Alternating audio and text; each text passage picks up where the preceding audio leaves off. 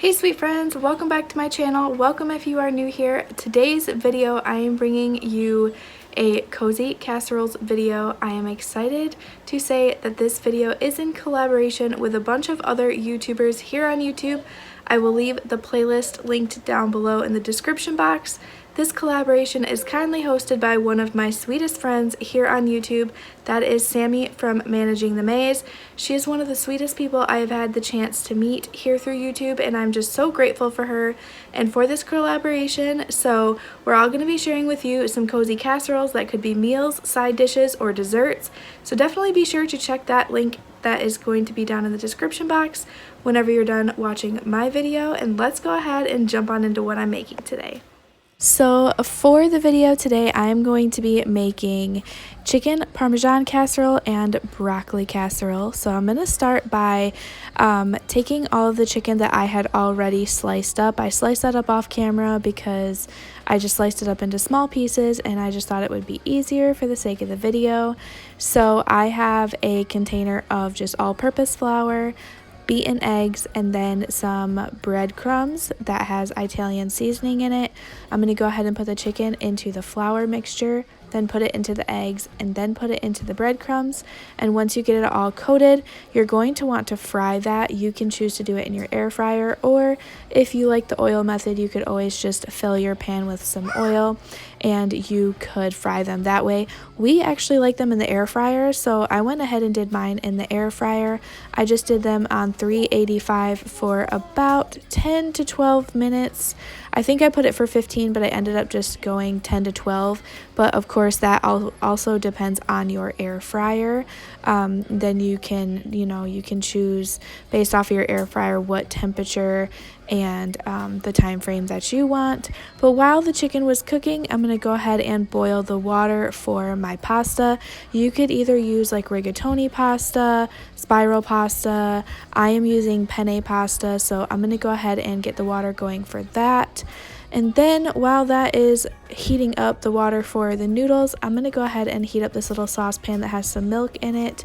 I'm going to add some Velveeta cheese chunks to it, melt that down, and this is going to be the sauce that I am going to pour over my broccoli for my broccoli and cheese casserole.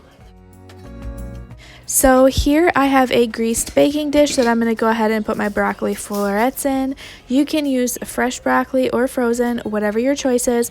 I had mine sitting out on the counter for just a little bit so that way it could thaw out some. And so this has been a little bit thawed, but I am going to go ahead and put this in the bowl. Once I get this in the bowl, that is when I'm going to go ahead and pour my cheese mixture over it.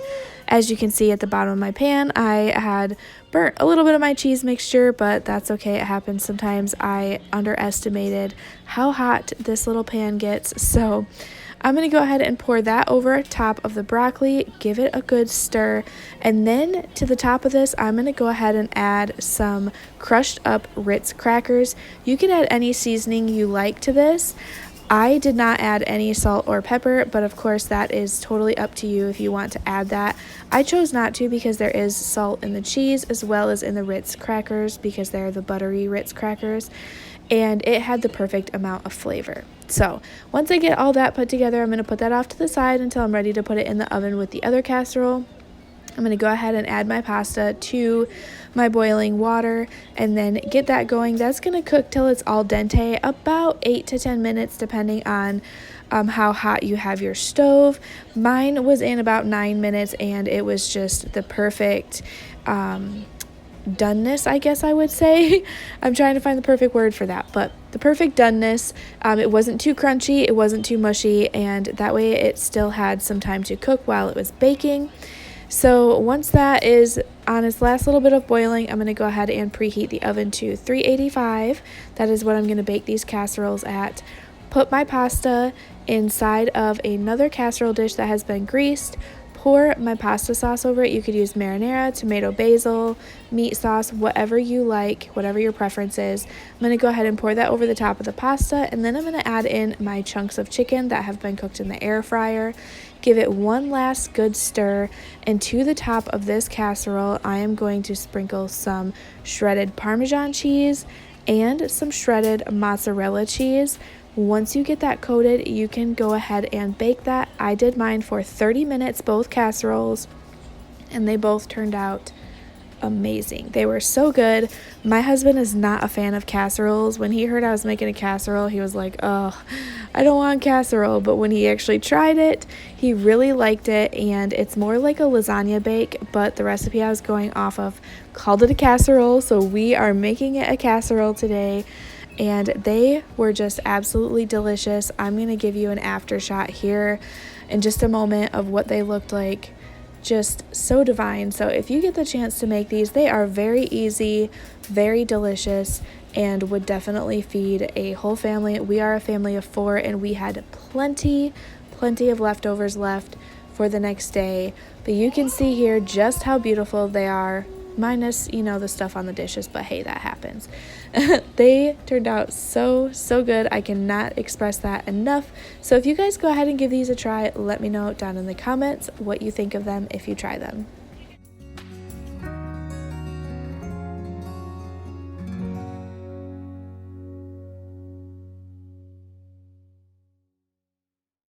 And as always, I just want to thank Sammy one more time for doing this collaboration. Links to her channel and her video and the playlist will be linked down in the description box for you to check that out. But again, thank you guys so much for watching. I hope that if you like videos like this, you'll leave it a big thumbs up and hit that red subscribe button. As always, if you're in need of prayer, go ahead and leave that down in the comments. I'd love to say a prayer for you. I hope you all have a wonderful and blessed day. I'll see you in the next one. Bye, y'all.